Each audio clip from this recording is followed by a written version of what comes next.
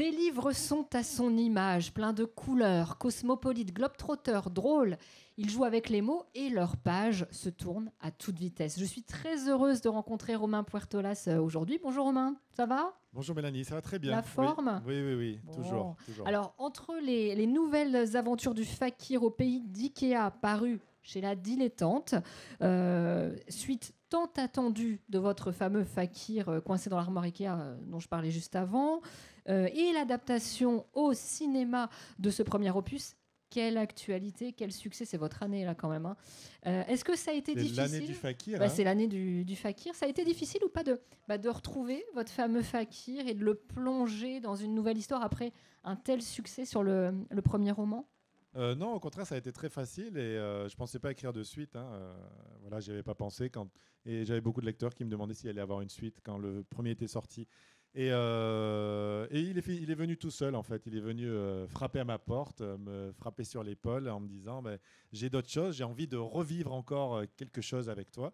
Et donc j'ai écouté ce qu'il avait à me dire. Ça fait un peu schizophrène, hein, ça fait le mec. Ouais. J'ai eu cette idée d'après le best-seller qu'il avait écrit en fait, qui est L'extraordinaire voyage. Il s'est reposé sur ses lauriers, il a gagné beaucoup d'argent, il vit dans le 6e arrondissement. Ouais. Il a perdu en fait tout ce qui faisait un peu de lui un fakir, vous savez, hein, cet exotisme qu'il avait, il s'est intégré.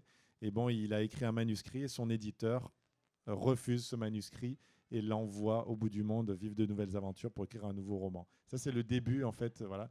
Et ça s'est imposé à moi comme ça et j'ai continué à tirer un petit peu le fil de la bobine pour écrire le livre. Voilà. C'est vrai que là, dans cette nouvelle histoire, il s'est un petit peu embourgeoisé, hein, on peut le dire. Néanmoins, vous avez voulu garder le sel de ce qui a fait le succès du premier et on va quand même pas mal voyager là, avec cette nouvelle histoire. Oui, dans tous mes romans, il y a généralement un voyage. Parce que moi, je passe ma vie à voyager et donc ça m'influence, je pense. Et puis j'ai toujours voulu.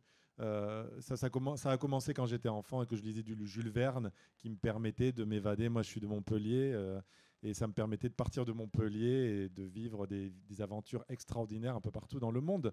Jules Verne a été le premier à faire ça, a été le seul auteur d'ailleurs à son époque à écrire des romans avec des héros étrangers. Si vous regardez tous les Jules Verne qui ont été écrits, je crois qu'il y a 2 ou 3 livres seulement sur une centaine dans lesquels c'est des Français. Ces personnages sont toujours Phileas Fogg, il est anglais. Enfin, tous ces personnages sont étrangers. Et il y a toujours un voyage, il y a toujours cette internationalité. C'est lui qui faisait ça à l'époque, parce que les écrivains contemporains de Jules Verne écrivaient des trucs très français, avec des Français bien en France, dans des villages en France. Et lui avait une vision comme ça du monde. Et c'est ça qui m'a bercé.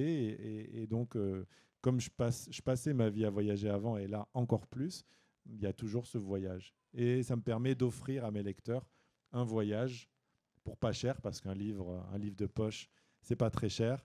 Et ça permet de partir en Inde, ça permet de partir un peu partout. Voilà. Et justement, votre fakir qui est indien est interprété au cinéma par un acteur qui est juste génial. Alors je vous montre, hein, parce que c'est sorti au livre de poche. Donc, dans l'adaptation, il y a Danouche qui est magnifique, mais il y a un casting quand même. Il y a Erin Moriarty, Bérénice Bejo, Gérard Jugnot. Vous avez eu un droit de regard sur le casting. En tout cas, je crois que vous avez pas mal collaboré à cette adaptation. Vous avez été impliqué. J'ai beaucoup collaboré, en ce sens que j'ai coécrit le scénario avec Luc Bossy. Et puis, on me tenait toujours au courant de tout ce qui se passait. Donc, du casting, il y a eu énormément de changements dans le casting. Mais voilà, à chaque fois, j'étais très content, parce que vous savez, quand on fait un film de votre livre, enfin, j'étais vraiment pas du genre à dire ah non, celle-là, je la veux pas, j'en préfère une autre. C'est tellement merveilleux ce qui m'arrivait que j'étais toujours très content. Et donc, il y a eu un casting définitif. Danouche, en tout cas, était là depuis le début du projet. C'est autour de lui que tourne vraiment le film, hein, puisque c'est le fakir. C'est un demi-dieu, on ne va même pas parler de star, c'est un demi-dieu dans le sud de l'Inde, ce qui est assez marrant parce que l'Inde, c'est énorme. C'est pour ça que c'est un demi-dieu dans le sud de l'Inde, je dis. C'est pas comme en France où quand vous avez des méga stars en France, c'est des méga stars en France, c'est pas des méga stars à Marseille ou à Paris ou à Brest. En Inde, oui, c'est-à-dire que lui, voilà. Et ça a été un énorme plaisir de le rencontrer déjà. Et c'est quelqu'un qui est multifacette, c'est quelqu'un qui chante, c'est quelqu'un qui danse, qui fait des acrobaties, il est réalisateur, il est acteur, il fait tout. Et donc, on en a profité puisque dans le film, vous avez une scène de comédie musicale et vous avez une scène de Bollywood.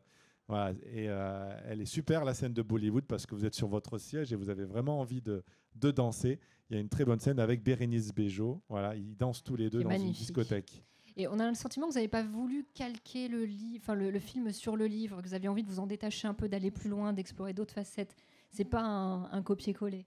Voilà, je voulais pas faire de photocopie. Moi, ce que je cherche quand j'écris, c'est de m'amuser. Moi, je m'amuse, voilà. Et là, faire un film, continuer à m'amuser et pas faire 2 fois les mêmes choses.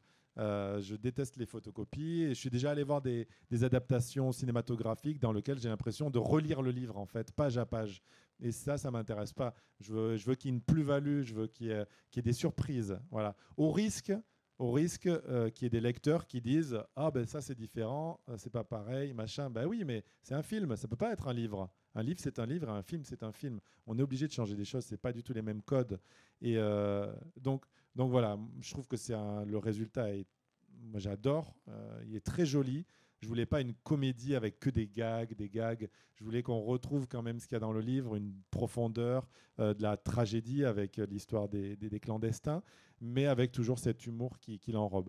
Et c'est vrai que c'est un film, et quand vous sortez du cinéma, vous avez beaucoup d'amour. Voilà, il vous donne beaucoup d'amour et vous avez envie de partager ça avec les gens. C'est un super bon moment, je vous confirme. Voilà. Faut absolument y aller. Il y a de très belles couleurs et tout ça. Ouais. Donc, c'est ce que je dis à mes lecteurs qui me disent toujours je ne sais pas si je vais y aller parce que je vais être déçu et tout ça. Mais le réalisateur a fait Starbuck. Oui, il a fait Starbuck, qui est un très joli film. Ouais, Starbuck. Il est canadien, Ken Scott. Voilà. Et déjà, le film de Starbuck, pour ceux qui le connaissent, c'est un film assez poignant, voilà, et marrant aussi.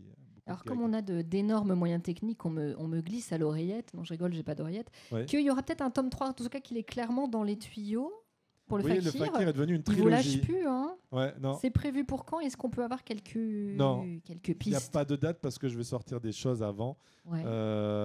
Bien que il est pratiquement terminé, mais j'ai envie Il va se retrouver coincé dans un autre meuble ou pas? Il va encore voyager? Il va voyager, oui. Et là, il y a une énorme surprise qui est à la fin du tome 2. Vous allez ce que va être le tome 3. Oh, le teaser! Ouais, il y a une énorme surprise. C'est l'apothéose un peu du Fakir et des frontières. Voilà, il y a toujours ce fil conducteur qui est sur les frontières, mon observation de la frontière et sur les migrants. Et je me suis dit, et si l'histoire se retournait, j'ai retourné comme une omelette, et si les migrants, d'un coup, c'était nous? Voilà. Et donc, on part dans le sens inverse, tous dans des barques de fortune, en fait, parce que l'Europe est à feu et à sang. Et ce qui m'a plu, moi aussi, dans le film, c'est le côté cosmopolite, dans le sens où chacun parle sa langue. Il y a plein de langues différentes. C'était important pour vous de garder cela? C'était logique en même temps, mais ça apporte vraiment quelque chose. L'édition originale, la version originale du film est en anglais. Parce que justement, on a des Espagnols, des Allemands, des Italiens, des Indiens. Il y a tout ce melting pot qui est dans le livre. Et donc, moi, je trouvais très important qu'ils représentent, c'est des clichés, mais ils représentent chacun leur pays et qui parlent un petit peu de leur langue. Mais sinon, c'est en anglais. Voilà. Ils se réunissent tous autour de la langue qui est en anglais. Et comment vous avez vécu votre incursion comme ça dans le milieu du cinéma, votre petit rôle dans le film? C'est un métier qui s'ajoute à la longue liste de métiers en pyjama, oui, que vous avez déjà exercé. J'ai un petit rôle en pyjama, voilà, pour ma grande apparition dans le monde du cinéma. Merci Ken Scott. Ça aurait pu être pire. Alors, ça a été un très bon moment. En fait, je voulais faire une petite apparition, mais vraiment un petit truc. Et à un moment donné, en relisant le script, il y avait un petit rôle qui a été inventé rien que pour ce film-là. Et en dînant avec Ken, je lui ai dit, t'as quelqu'un pour ce rôle-là? Et il me dit, je suis dispo. Il me dit non, et il me dit, tu veux le faire? Enfin, tu veux le faire? Enfin, je sais pas très bien faire l'accent canadien. Est-ce que tu vas le faire? Ouais, super, ouais, comme ça. Et j'ai dit, pourquoi pas? Il m'a dit, d'accord, mais on va faire un essai caméra et tout ça. Donc, j'ai fait des essais caméra avec lui. Et il m'a dit, si tu n'avais pas été bon et tout ça, auteur ou pas, machin, il pas de favoritisme. Il ne prenait pas. Donc, ce qui est bien. Je n'ai pas de ligne, j'ai pas de texte.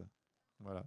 Je transmets tout par le regard, toute l'émotion, voilà, c'est un très grand jeu d'acteur. Hein. En tout cas, on peut voir le film puis lire le livre ou l'inversement. Est-ce que vous conseillez quoi on prend du plaisir dans tous les cas. Moi, mon cas personnel, c'est que je lis les livres et ensuite je vais voir les films au cinéma. Si je vois le film avant, je ne vais pas lire le livre. Mais j'ai rencontré des gens, parce que j'ai signé des livres à des gens qui ont vu le film et qui m'ont fait signer le livre après, qui voulaient lire le livre. Donc il y a de tout, hein. Ça c'est vraiment vos cas personnels, chacun fait ce qui lui plaît. Voilà. Eh ben, n'hésitez pas en tout cas à aller voir Romain Puertolas. Vous êtes là cet après-midi, vous dédicacez? Oui, je dédicace, là-bas. Oui. Voilà, n'hésitez pas, les aventures du fakir, vous vous ennuierez certainement pas. Il y a tous mes livres, tout un été sans Facebook. Donc les nouvelles aventures du fakir au pays d'Ikea. On a le fakir resté coincé dans une armoire Ikea, donc n'hésitez pas.